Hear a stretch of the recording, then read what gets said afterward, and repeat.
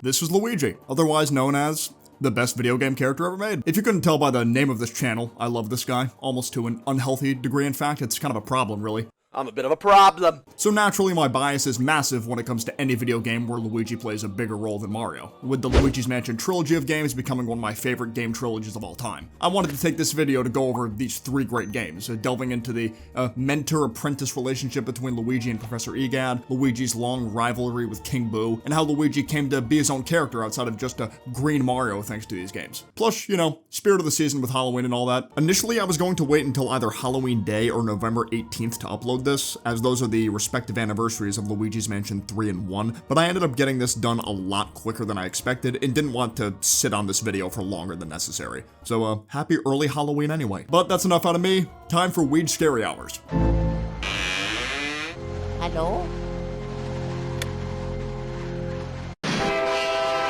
Concepts for the first Luigi's Mansion game were being worked on all the way back during the era of the N64, with possible plans to release it there during the tail end of its life. However, it was eventually moved to the GameCube as we know it, releasing as a launch title for the system on November 18th, 2001. The masterminds behind this game's creation were Miyamoto and Takashi Tezuka as producers, while Hideki Kono was the director. Prior to Luigi's Mansion, Hideki Kono had been the general director of only 3 other Mario titles, those being Super Mario Kart, Yoshi's Island, and Mario Kart 64, all of which were completely different genres from the action-adventure style Luigi's Mansion was going for. On paper, making Luigi the mascot for a new console launch title was kind of risky because his character hadn't really, had motion like that at the time. On top of the game being a single-player action-adventure game where you can't even jump as one of the Mario brothers, that was all those guys did back in their, successful single-player focused titles. But man, did these guys cook or what? It's crazy because this was the last time Hideki Kono would be in a general director's position while working on Nintendo games. Every credit after that was either a producer role or special thanks. Kazumi Totaka and Shinobu Tanaka absolutely nailed a horror-themed soundtrack too. Using lots of synths and electric piano did wonders at shaping the iconic themes that even Luigi himself would hum along to throughout the game.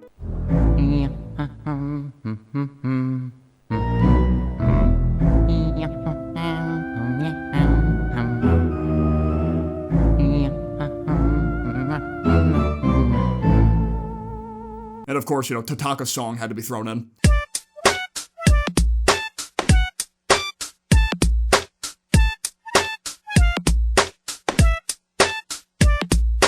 The idea for Luigi's Mansion started with the idea of Mario rather than Luigi exploring multiple different rooms to solve puzzles, much like how early Zelda dungeons played during that era. But as the ideas evolved, like the main area of the rooms taking place inside a haunted mansion, using unique boss ghosts that were completely unique to this game, and the emphasis on having to catch them all, Luigi was chosen instead of Mario, specifically making Mario the one who needed rescuing instead of Peach, Daisy, or a brand new character completely. As since Mario was known for being the brave hero basically afraid of nothing, the developers felt using Luigi and giving him a cowardly personality would fit better for a game going for a haunted theme. Luigi needed to get scared at these horrifying things happening in front of him, but Mario acting like that wouldn't have felt as natural, I suppose. Plus, with Luigi being the younger twin sibling, the implications of Mario being Luigi's protector was the thing since Yoshi's Island, so it makes sense that he'd develop this, reliance on Mario throughout his life, and it would be a bit out of his comfort zone having to save him for once. With this being the first game you control Luigi and only Luigi since Mario is missing, he finds himself on the path to a mansion that he thinks he won for free in a contest where he thinks Mario's waiting for him inside, only to find Mario nowhere and ambushed by ghosts. But he's soon saved by Professor Egad, a local scientist and retired ghost hunter who takes Luigi under his wing and gives him the rundown of the situation, about how Mario is likely lost somewhere inside the mansion and Luigi will need to explore the mansion's 3 floors, roof, and basement if he wants any chance to find his brother. The variety of ghosts and other things to mentally scar Luigi are everywhere. We got the more standard ghosts that'll try to lay Luigi out with their fists, lanky freaks that hang from ceilings, ones that like bowling in the hallways, or this guy's head in a jar. Weege definitely had his work cut out for him with some of these rooms, even with the help of Egad's Poltergust 3000 machine and Game Boy Horror, a backpack vacuum cleaner that specializes in catching ghosts while the Game Boy Horror is Luigi and Egad's main form of communication. The Poltergust is very similar to how the proton packs worked in the Ghostbusters movies. It wouldn't surprise me at all if this is where the inspiration came from, but I don't believe it's been officially confirmed anywhere. At first, catching ghosts is pretty simple. You either wait for them to use their move, followed by flashing your light on them so the poltergeist can suck them up, or if you think you know where a ghost is about to spawn, you can stun lock them with the flashlight before they even get a chance to attack. He's also given 100 health points, where most damaging moves from ghosts range from 10 to 20 damage. Or these really tricky poison mushrooms that would bounce around in an unorthodox fashion that will shrink Luigi if he makes contact, making him unable to use the poltergeist for about 10 seconds or so. So difficulty-wise, the game was pretty balanced. Earlier builds of the game were shown to be a bit more challenging though, like having an in-game time limit to save Mario, kind of like how the first Pikmin game worked, or the enemies doing a lot more damage in general. Granted, it can still be a bit tough in certain areas on a first playthrough, especially when it comes to room-specific puzzles. It's one of those things where the game wants you to use the Game Boy Horror to scan as much objects in these rooms as possible that give hints on what you need to do to either, make a portrait ghost appear or make a horde of regular ghosts appear at all. Which is something I didn't do enough when playing through back in the day, so when I got to places like the Twins room, for instance, needless to say, my brain was fried for a bit. Now, as Luigi explores more throughout the mansion, he'll gain access to new poltergeist abilities, specifically fire, water, and ice elemental-based ones that add a lot to the core gameplay mechanics and sometimes the ghost combat from the second area of the game until the end. Some ghosts, both portrait and regular alike, will have elemental souls inside them that gives immunity to flashlight stun, forcing Luigi to use one of the 3 elements to make the ghost catchable. But you can also cheese it by holding the elemental blast on a ghost until they completely evaporate from existence. Granted, the evaporation strategy only works on standard ghosts. The bosses have to always be sucked up as normal once their weakness is exploited. Luigi's Mansion was an excellent game to show off the new capabilities of the GameCube controller as well, since this controller now had 2 different sticks to work with as opposed to the previous N64 generation controller having 1. So since aiming the vacuum well enough was crucial to progress, the main control stick would be used to control Luigi, while the smaller C-stick was used to aim the flashlight and direction of Poltergeist. Which was pretty comfortable overall, at least for me, since the 2 sticks were on complete opposite sides of the controller, using 1 thumb for each was never a problem. Depending on the room you're exploring, Luigi will have to take down portrait ghosts, which are ghosts with more unique/humanoid designs compared to the more cartoony-looking weaker ghosts. They all have 100 HP total, their own names, and require some light puzzle solving in order to get stunned by Luigi's flashlight. Like Neville only becoming vulnerable once he yawns, or giving Miss Petunia a cold shower with ice. There's some neat lore tied to these ghosts as well, despite the mansion not even appearing until the day before Luigi showed up. Like Neville, Lydia, Chauncey, and the twins are all a family, while Shivers the butler has a crush on Melody the pianist. Kinda weird though, considering that guy's in his 70s and she's in her mid-20s, Luigi would need to take down even stronger portrait ghosts to further progress through the mansion too. Chauncey being the first main one of the game, him being a giant baby definitely added to the creepy factor for me. Luigi also learns the true mastermind behind this haunted mansion and Mario's disappearance is King Boo. Luigi's Mansion marks the first official appearance of King Boo by name, looking very similar to a normal Boo, only with a blue tongue, purple eyes, and a jewel-shaped crown. For whatever reason, this design has only been used in the Luigi's Mansion trilogy and Mario Kart Tour, where every other usage of King Boo is him looking like a bigger version of a regular Boo with a simple gold crown on his head, which has been used in the majority of his appearances throughout Mario history at this point, which is a shame because his Luigi's Mansion one is objectively better, it just is. Now Luigi finally had his own arch nemesis. Obviously Luigi has still duked it out with Bowser more throughout his life, but King Boo is the Bowser to Luigi's Mario. With King Boo getting more involved from the second area and beyond, now Luigi had to deal with rounding up Boos on top of everything else he's been dealing with, needing to meet certain Boo quotas to reach different areas of the mansion. There's 50 in total, but you only need to get 40 to get to the end of the game. Luigi's next big obstacle King Boo throws at him would be Bogmire, a culmination of all the mansion's fear and despair in the shape of a ghost. Once he's dealt with, Luigi can explore the mansion's courtyard, where descending its well reveals Mario's location for the first time, trapped inside a painting hung on the wall of King Boo's secret altar. This is easily one of the best scenes in the entire game for me, because this is really the first time we see Mario depicted properly in a desperate situation. Yeah, he had to be rescued and Mario's missing, but he wasn't banging on the inside of what's essentially a magical prison cell begging to be rescued. And because Luigi doesn't have the facilities to reach the altar yet, all he can do is reach his hand out while his entire body trembles, hoping that he can still get through this and that Mario trusts he'll be back later to free him for good. The best Luigi can do for now is pick up different items of Mario's as clues on how to get him out of there, which could be taken to the only non-hostile portrait ghost in the game, Madame Clairvoyant, who has no problem helping Luigi achieve his goal rather than stopping him. She was the first one to hint that Bowser was somehow involved in this whole plot too. Eventually, this would lead to Luigi having to take down Boolossus, a giant Boo made up of 15 smaller Boos before getting to King Boo himself, where King Boo would puppet a fake body of Bowser to fight Luigi, and also drop the confusing piece of dialogue about how the Mario brothers always foiled his plans in the past, despite King Boo not existing until this game. Unless unless he was the big boo from Mario 64 and got a makeover or something, I don't know. Once King Boo is defeated, Mario is finally changed back to normal by going through EGAD's painting machine in reverse, ending the game with one of my favorite moments between these two characters in any piece of media. Seeing Luigi's tears always gets me, man. These aren't just tears of happiness, they're tears of relief. Luigi was going through so much mental stress throughout this journey, dealing with all these hostile specters while constantly thinking in the back of his mind about Mario's safety. If he's still going to be savable by the time he reaches King Boo's altar. It's genuinely beautiful, it really is. Eventually, Luigi's Mansion would get remade for the Nintendo 3DS in October 2018, which was already incredibly late into the system's life cycle, as the Nintendo Switch had already been on the market for a year and a half. So the fact they decided to drop it there and not on the Wii U or the Switch by then felt like a pretty weird decision in my opinion, but I chalked it up to Nintendo liking the 3D utilization for a game like Luigi's Mansion that had scary moments, as the GameCube was intended to use stereoscopic 3D, but the technology at the time wasn't advanced enough to make it work the way Nintendo envisioned. The 3DS remake was mostly unchanged gameplay-wise, with the big exception now needing to use the X or Y buttons to aim the flashlight or poltergust since the 3DS only had one stick, as well as the strobe bulb from Dark Moon as an option to stun ghosts. Also, a boss rush mode with 2-player co-op is available where the second player can use Luigi from 3, but that was only playable locally. One of Nintendo's biggest monkey's paws is giving a game multiplayer or co-op only for it to be local. They were obsessed with it back in the day, absolutely obsessed. The soundtrack unfortunately didn't get a remix, but I guess if it ain't broke, don't fix it. Where as of writing this video, the first Luigi's Mansion is slated to eventually release on the NSO GameCube app. Kinda weird they didn't make it a day one option since it was a launch title for the console and all, but whatever.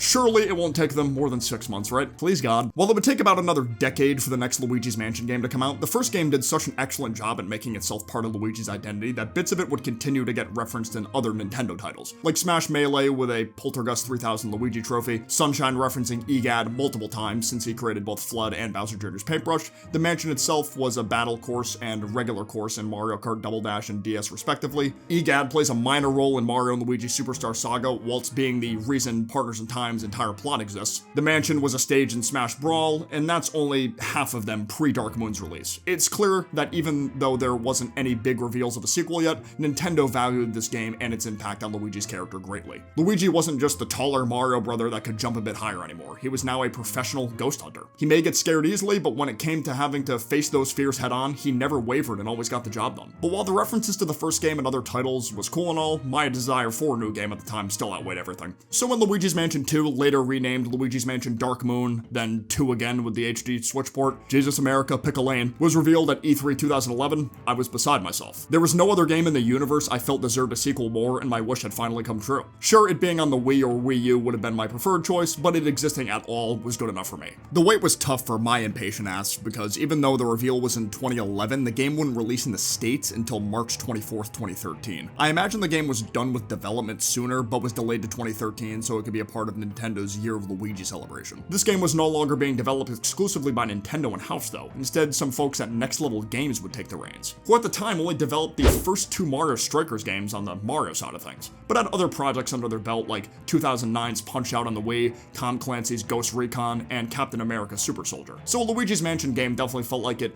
wasn't in their usual comfort zone as an outsider looking in. The first 2 Mario Strikers were generally praised by those who played them, as the nature of the game compared to previous sports titles was a lot more intense, while the characters were more animated and boisterous compared to their usual selves. Even still, they were soccer games at their core with a multiplayer-focused experience, so I can imagine, jumping into a Luigi's Mansion sequel wasn't an easy job to take on. A trailer can only show so much of what the final product truly is. One thing's for sure, the vibes this time felt different. Not in an inherently good or bad way, just different. According to a Polygon interview with the director Bryce Holiday, Luigi's new animations were inspired by Rowan Atkinson's Mr. Bean character, where not only was the show used as a reference for how Luigi moved, but Luigi's characterization as a hapless fool and reluctant hero. So by extension, this game was going for a more lighthearted and silly vibe compared to the first game's more intense style. This was very apparent in the new soundtrack as well, with Dark Moon still capturing the eerie feeling on exploring a mansion alone, just with a higher notes and more string and woodwind instruments.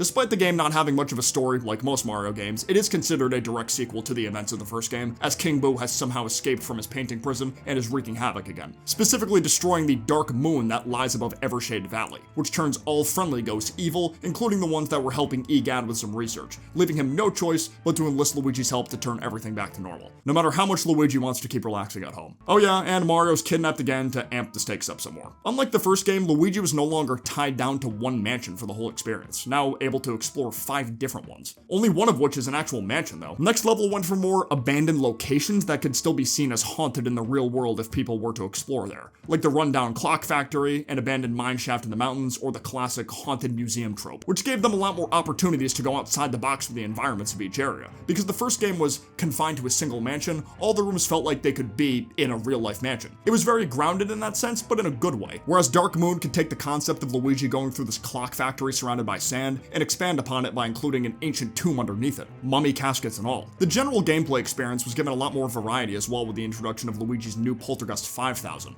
The elemental powers are gone now, but Luigi was given the strobe bulb device which could stun multiple ghosts at once with a large flash, and the dark light which would reveal hidden objects or paths, both of which were great when it came to catching ghosts and puzzle solving. The puzzle solving this time felt a lot more complex than the first game. Most of the puzzles or secrets there in the first game were one-step processes, like light all the candles or knock this thing down to make a ghost appear, with some exceptions of course, like the Mr. Lugs fight, whereas Dark Moon, they were more multi-step, like, oh, this door is blocked by webs, so Luigi can make some web balls fall from the ceiling, but they're stuck in water, so now he's gotta carry them to a fire source while aiming the nozzle up, then bring it over to the web-covered door to progress. Not necessarily harder to figure out compared to the OG Luigi's Mansion puzzles, but, more complex at their core. Bryce Holiday wanted to make sure Dark Moon got the most out of new gameplay elements and appeal to fans of the OG, like bringing back King Boo, Egad, and Mario's kidnapping. So it would still feel like a Luigi's Mansion game and not something completely different. Yet still wanted the new elements to shine the most so the game didn't feel like it was relying too much on nostalgia. With Luigi exploring places at different corners of Evershade Valley, the game would take on more of a linear mission-based structure, where every time a specific objective at a mission was done, Luigi would be teleported back to Egad's lab for further instruction, where once enough steps were complete, Luigi would be able to access the part of the mansion where a possessor ghost was located, the ghost types that held onto the Dark Moon pieces. These guys would possess different objects or creatures to fight Luigi, like a giant spider, a staircase, old clock, an ice face, and a giant knight, which at the end of the day were kinda hit or miss. The giant spider fight was extremely well put together, as the fight was one big puzzle where each hit made the next puzzle more complex than the last. Then you got the ice face guy with the,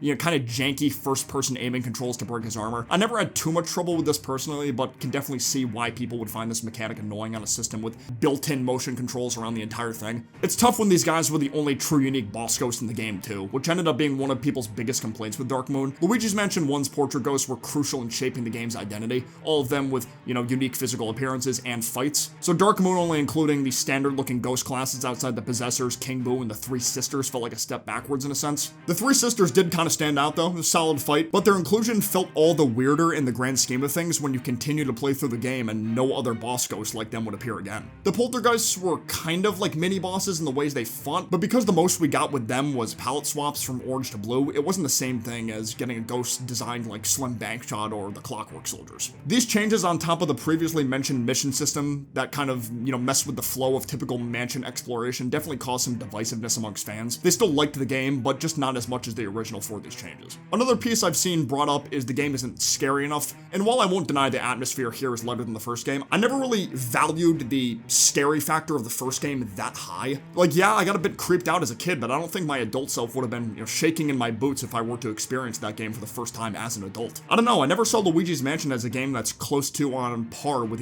Five Nights at Freddy's, for instance, when it comes to how scared it makes me. Not trying to invalidate those who value the scary factor, to be clear. In an ideal world, the next game would be as scary as the first while having the gameplay variety of 3. I'm just saying, if I had to choose between super scary but less variety of gameplay and environments, or less scary but better gameplay variety, I'm going with the latter every time. While some of these changes I didn't agree with, it was far from a bad game or even a mid game. The combat with these ghosts was a bit easier than the first game, as now the game had more emphasis on catching multiple ghosts at once. You didn't need to constantly flick the control stick in the opposite direction to keep a ghost reeled in. Simply holding in the opposite direction was enough. Jumping while sucking up was possible now too, in case you needed to dodge the attack of another ghost that wasn't affected by the strobe bulb. Plus a meter would charge up on the Poltergust where if it was high enough, pressing A would drain a burst of their health. This meter, as well as the Dark Lights meter sizes, could be upgraded if enough money was collected, which to me was a great addition, as money in the first first game had little to no value outside of how your new mansion rank was at the end of the game. Now money actually had incentive to be collected throughout, since it would gradually improve the strength of the poltergust. These upgrades really came in handy later in the game too, when some of these ghosts had well over 100 HP. Dark Moon would also add the Polterpup Dog Ghost, a mischievous pooch who's become just as synonymous with Luigi's Mansion games as EGAT at this point. At first, he gives Luigi a lot of trouble by stealing certain objects he needs to explore mansions, but eventually mellows out where Luigi takes him in as his permanent pet.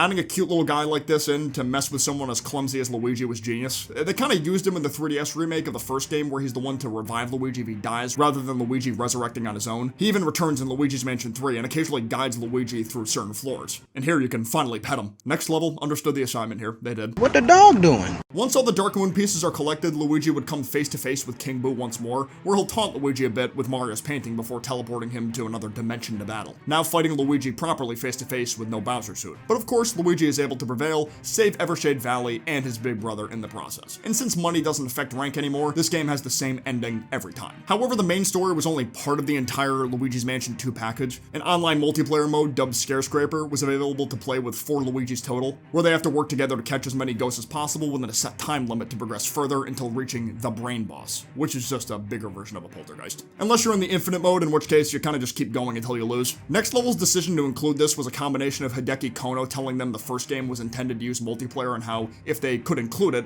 they would undoubtedly give the game more replay value if executed correctly, just like with Mario Kart or Mario Party. So they made it to where if one of the 4 players dies, then one of the other 3 can revive them if the down player is found quick enough. This making the experience much more team-focused rather than everyone tackling the room separately and doing their own thing. This made the Scarescraper one of the better 3DS online multiplayer experiences, where people would continue to enjoy it until the 3DS online servers shut down in April 2024. Despite many thinking Dark Moon wasn't as good as the original, the game still performed exceptionally well, where it currently sits at an 86 review score and an 8.4 audience score in Metacritic, as well as grossing 6.44 million sales worldwide, making it the 12th best-selling 3DS game of all time, which is technically a lower spot than the first game being number 7 for the GameCube, but still a higher number overall compared to 2.63 million, since the 3DS was a lot more commercially successful than the GameCube. Dark Moon would get its own HD Switch port in June 2024 as well, and that's exactly what it is, an HD port of the original with more consistent frame rate and a couple quality of life changes, like the map always displaying on the top corner of the screen and adding HD rumble for certain actions. In my opinion, I'd only play this version if I,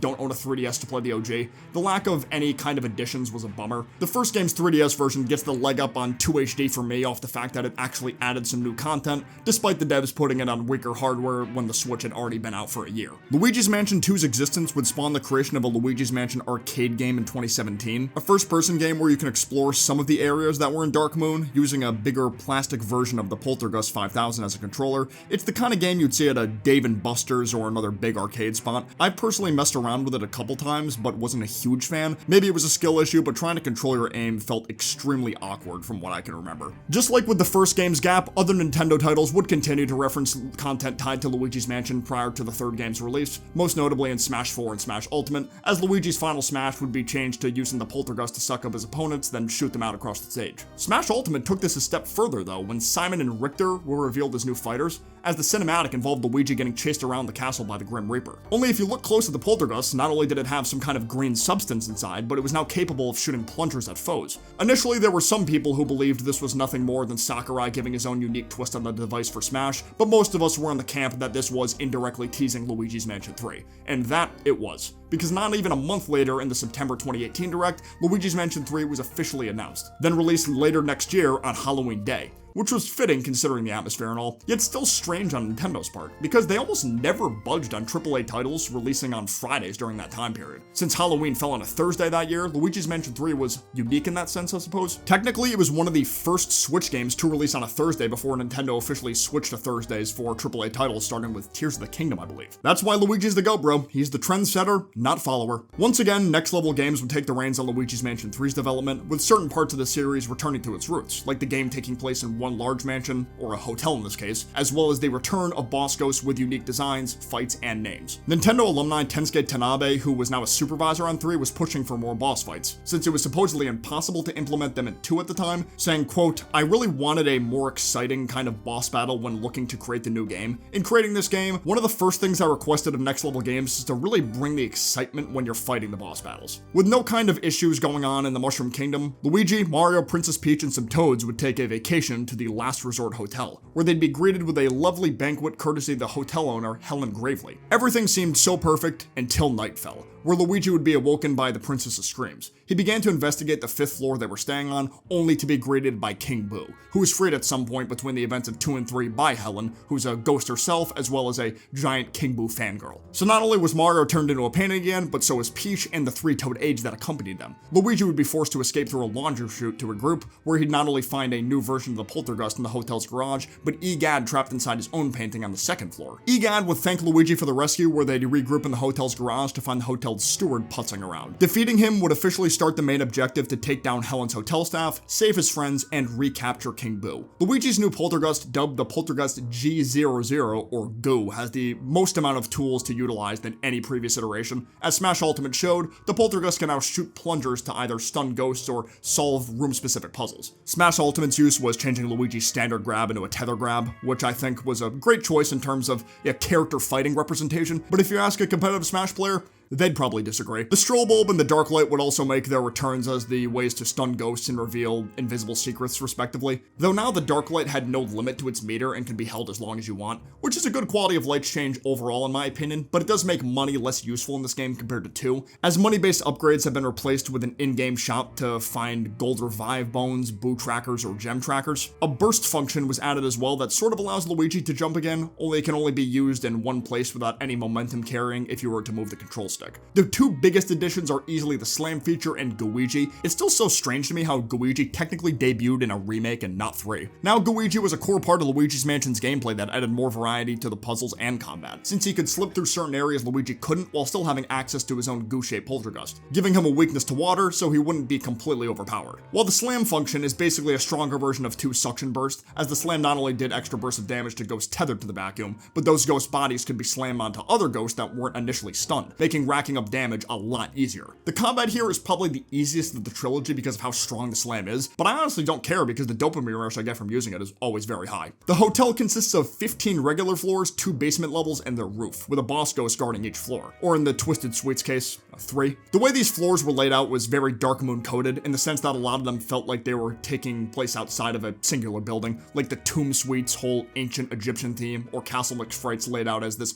giant medieval battle arena. Each floor had its own identity that made all of them feel extremely memorable. Plus, with the mission-based structure of 2 gone, exploring the hotel was just as fluid as exploring the first game's mansion, since completing an objective didn't force you out of the current location you were in to regroup with Egad every time. The choice to put Egad's lab in the first floor basement was a great compromise, so the gameplay flow wasn't constantly interrupted after, each new completed objective. A gripe that I, and I'm sure many others had, is how not all the floors were created equal. Games like Odyssey kind of, fell into this trope too. Some were quite long with multiple rooms, puzzles, and secrets like the Paranormal Productions, aka one of the best floors in the entire game. I love how that floor's main puzzle felt like a callback to 2's Treacherous Mansion portal puzzle. While others were glorified boss rooms to rescue one of the Toads, like the Spectral Catch floor, it felt like there was a lot of missed potential there considering how cool the concepts were. Imagine how much they could have done with an entire pirate-themed area. With all the water around there, that would have been prime for some tricky Gooigi-focused puzzles. The boss room floors did have some of the best bosses though, as they brought back the possession concept and didn't cut back on the ghost personalities that used it.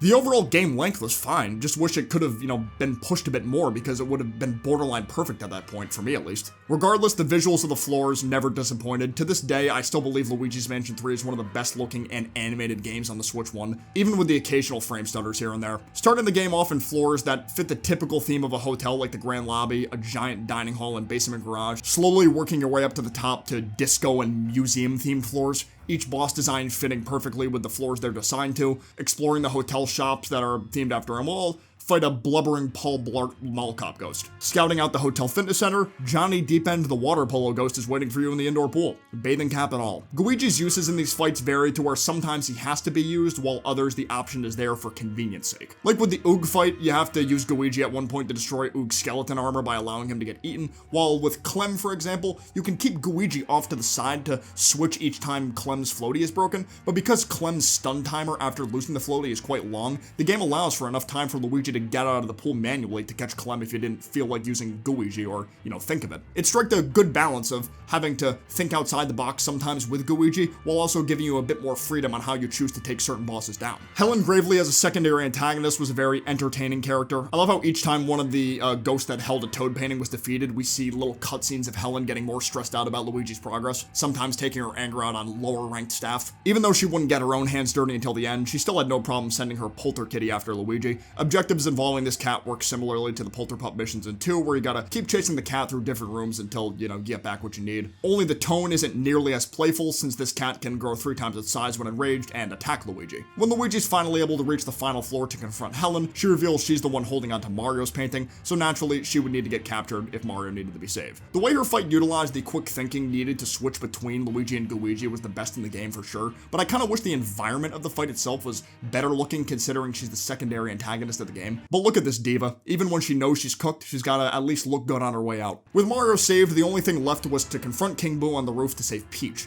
At first, things looked fine with Peach, out of her painting and King Boo nowhere to be found, but King Boo was hiding and ambushes them and recaptures everyone except for Luigi. The Master of Illusions is easily at his most powerful here, now with the ability to clone himself, fire bombs from his crown, and weigh enough where Luigi can inflict damage on him on his own. Whenever King Boo is stunned, the power of both Luigi and Luigi is necessary to take him down. Even with King Boo's last-ditch effort to swallow the entire hotel into a giant painting, it's still not enough to beat Luigi. King Boo was captured again until further notice, while the good guys would take their team to reconstruct the hotel under new management. Luigi's Mansion 3 would go on to become a massive commercial success over the years, becoming the most sold Luigi's Mansion game by a long shot, and the 17th most sold Switch 1 game of all time at 14.25 million units as of March 2024. These are insane numbers when you think about it, because when you look at this game through the general Mario lens, the first 2 Luigi's Mansion games were on the more niche side. Mainline Mario games were consistently hitting huge numbers even during the whole dry 2D Mario period, and New Super Mario Bros. U Deluxe still sold over 18 million units. For Mario games to get super high numbers, most cases the game was either a mainline Super Mario title or the